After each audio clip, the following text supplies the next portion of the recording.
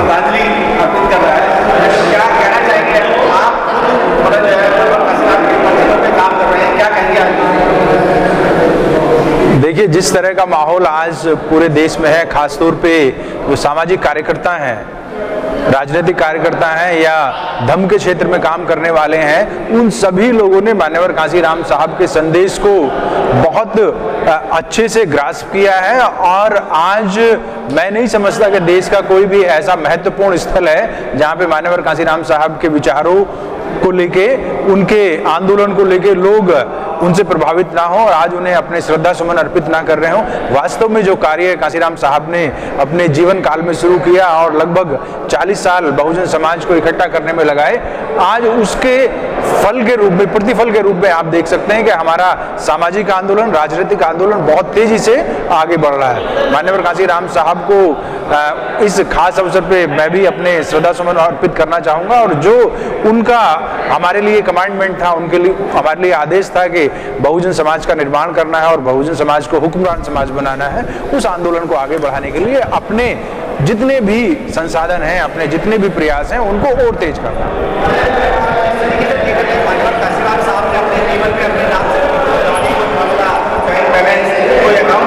लेकिन आज के राजनेता की पूरी पार्टी कुछ और है, क्या कहेंगे ऐसे नेताओं के बारे में? काशीराम साहब का कैसे आकलन करेंगे ऐसे नेताओं? देखिए, काशीराम साहब अपने आप में मिशन के एम्बॉडीमेंट है, मतलब वो प्रतीक के रूप में है। मिशन में दो तरह के लोग काम करते हैं, एक वो जो त्याग, बलिदान और संघर्ष का प्रतीक होते हैं, दूसरे लोग वो जो जिनको आप महत्वाकांक्षी बोल सकते हैं, जिनको आप आगे बढ़ने के लिए, हमें खासतौर पे राजनीति में आगे बढ़ने के लिए आपको बहुत सारे दाव पे चलने होते हैं। तो काशीराम साहब बुनियाद के पत्थर के रूप में इस आंदोलन में काम किया, उन्होंने अपना त्याग बलिदान दिया। लेकिन महत्वाकांक्षा रखना कोई बुरी बात नहीं है, संसाधनों को इकट्ठा करना कोई बुरी बात नहीं है, लेकिन उसको समाज के लिए इस्तेमाल किया जाना चाहिए, मूवमेंट को आगे बढ़ाने के लिए इस्तेमाल किया जाना चाहिए। जो लोग स्वार्थ के लिए, अपने व्यक्तिगत हितों के लिए समाज के संसाधनों का इस्तेमाल करते हैं, ये गलत बात है, ये नहीं होना चाहिए। देखा जाए तो मनोहर काशीराम साहब को बहुत लंबा समय लगा घोड़ा गाड़ी का व्यवस्था करने में या हेलीकॉप्टर में चढ़ने में, लेकिन आज की तारीख में देखा जाए कुछ ऐसे नए चेहरे समाज के बीच से निकल के आए कि वो आते के साथ ही लग्जरी गाड़ियाँ और देखा जाए तो हेलीकॉप्टरों की सवारी कर रहे हैं, कहीं ना कहीं किसान को बेचने का काम कर रहे हैं, ऐसे लोगों के लिए। देखिए, क्योंकि जिन लोगों को बहुत जल्दी में कहीं पहुंचना है, सीधी सी बात है, अगर जल्दी में कहीं पहुंचना है तो आपको कुछ गलत साधन इस्तेमाल करने पड़ते हैं। ये आज की राजनीति का कड़वा सच है। लेकिन हमें इस रूप में नहीं देखना चाहिए कि भाई जो मान्यवर साहब ने संघर्ष किया, उनका जो बलिदान है, उस संघर्ष और बलिदान का ही परिणाम है कि अब बहुत सारे लोग एक्टिव होकर काम करने का प्रयास कर रहे हैं। लेकिन जो गलत भावना से अपने व्यक्तिगत हित को आगे बढ़ाने के लिए, मुझे नहीं लगता है कि इस चीज में कोई बहुत बुरी बात है कि लोग घोड़ा गाड़ी और हेलीकॉप्टर का भी इस्तेमाल कर रहे हैं। करें, समाज में जितने ज्यादा लोग इस चीज का इस्तेमाल करेंगे अच्छी बात है, लेकिन उसका इस्तेमाल स्वार्थ के लिए नहीं करना चाहिए। देखा जाए तो मनोहर काशीराम साहब को बाबा साहब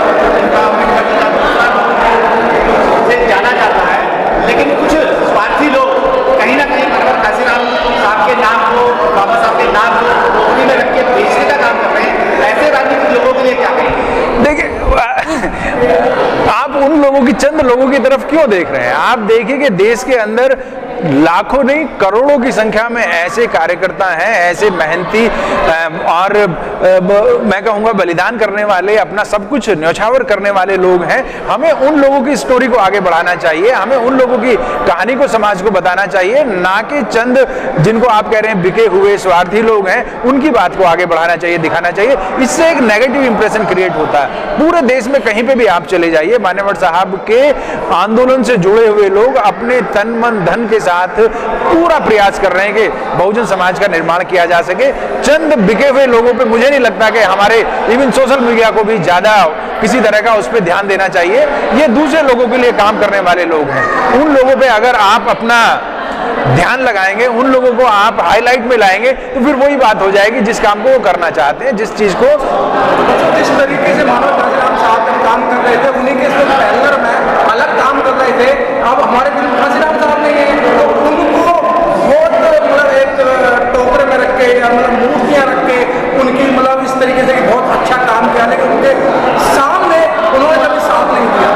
देखिए, आप शायद कुछ वामसेफ के पुराने साथियों की बात कर रहे हैं, लेकिन देखिए उनको 40 साल से वो लोग काम कर रहे हैं तथाकथित रूप से, लेकिन कमरे के अंदर बंद होकर काम कर रहे हैं। कमरे के अंदर बंद होकर काम कर रहे हैं, क्या काम कर रहे हैं आज तक किसी को पता नहीं चला है। वो कर भी रहे हैं नहीं कर रहे कुछ पता नहीं है। लेकिन आज अगर वो 40 साल बाद वही कार्य करने के लिए मजबूर हो रहे हैं जो काम मानेवड़ साहब 84 में कर रहे थे, जैसे कि अपना राजनीतिक दल उन्होंने बनाया, चुनाव लड़ा, तो सीधी सी बात है कि ये 40 साल पीछे हैं। 84 से लेके अब तक का जो समय है इतने दिन पीछे है, अब लंबा समय लगेगा। मैं समझता हूं कि लोकतंत्र में सब लोगों को अपनी पसंद के राजनीतिक दल बनाने का अधिकार है, अपने हिसाब से चुनाव लड़ने का अधिकार है, लेकिन बहुजन समाज बहुत ही मैं आज की तारीख में आप कह सकते हैं कि इतना ज्यादा सजग है, इतना ज्यादा कॉन्शियस है कि उसको किसी के भी द्वारा धोखा नहीं दिया जा सकता, आसानी से धोखा नहीं दिया जा सकता। किसी पे भी बहुजन समाज आसानी से विश्वास नहीं करता है, बहुत ठोक बजा के विश्वास करता है। जब पूरी तरीके से आप विश्वसनीय उसकी नजर में हो जाते हैं तो फिर कोई भी ताकत दुनिया की आपको पीछे नहीं कर सकती है। आप इस रूप को देखिए कि बहुत सारे लोग बहन जी के बारे में इधर उधर की बातें करते हैं, पूरा मीडिया इस तरह की बातें करता है, लेकिन जो बहुजन समाज के सच्चे साथी हैं वो इस दुष्प्रचार को बिल्कुल भी महत्व नहीं देते और आज भी बिल्कुल मजबूती के साथ उनके साथ जुड़े हुए हैं। इसलिए जो लोग छोटा मोटा अपना दुकान चलाने के प्रयास कर रहे हैं, ठीक है, लोकतंत्र में सबको सुविधाएं, चलाने दीजिए। साहब देखा जाए तो माननीय काशीराम साहब ने अपने जीवन में जो है बहुत बड़ा संघर्ष किया और इस वंचित समाज को एक राष्ट्रपिता की गद्दी तक पहुंचाने का काम किया। क्या आपको लगता है कि भविष्य में जो है ये परिपाटी जो माननीय काशीराम साहब के अनुयायी हैं उसको आगे ले जा पाएंगे? निश्चित रूप से लेके जाएंगे और हुआ भी है, ऐसा नहीं है। आप देखिए 2007 में उत्तर प्रदेश के अंदर पूर्ण बहुमत की सरकार बनी है और आप पिछले 5-7 साल में, क्योंकि कुछ लोगों को निराशाजनक बातें करने की आदत है, पिछले 5-7 साल में जिस तरीके से बीजेपी की सरकार बनी तो लोगों को लगा कि नहीं बहुत कुछ खत्म हो गया, ये हो गया, लेकिन सामाजिक आंदोलन जिस तेजी से बढ़ा है, राजनीतिक जागरूकता जिस तेजी से बढ़ी है, मैं समझता हूं कि ये बहुत बड़े स्तर पे आगे चल के राजनीतिक रूप से इसका प्रतिफल मिलने वाला है। क्योंकि राजनीति देखिए कभी सफल हो सकती है, कभी असफल हो सकती है। मान्यवर साहब इस बात को कहते थे कि भाई हो सकता है कि मैं अपने जीवन काल में खुद सत्ता के शिखर तक ना पहुंच पाऊं, लेकिन इस देश में चाहे वो रिक्शा चलाने वाला हो या मजदूर साथी हो, वो राजनीति के शिखर पे पहुंचने के बारे में बात करने लगेगा, सपना देखने लगेगा। ये बात उनकी सच हो गई है। आज हम सब लोग बात कर रहे हैं, आज हम लोग इस चीज को आगे बढ़ाने का प्रयास कर रहे हैं, क्योंकि जो विरोधी पक्ष है उसके पास संसाधन बहुत ज्यादा है, उसके पास ताकत बहुत ज्यादा है, उसके पास संस्थाएं बहुत ज्यादा हैं, तो कभी कभी ऐसा लगता है। लेकिन हमें भी आप देखिए ना कि हम लोग कहां से यहां तक पहुंचे हैं। आप जिस तरह का किसी भी गली में चले जाएं, आज कोई व्यक्ति आपको आसानी से ऐसा नहीं मिलेगा जो मान्यवर काशीराम साहब के बारे में उनकी निंदा तक कर सके या उनकी आलोचना तक कर सके। तो ये कोई कमी चीज कम नहीं है। डॉक्टर साहब, माननीय काशीराम साहब का एक कथन मुझे याद आ रहा है कि आज लगभग 10-12 वामसेव हैं, वो सारी रजिस्टर्ड है, लेकिन माननीय काशीराम साहब ने अपनी वामसेव को रजिस्टर्ड क्यों नहीं कराया था?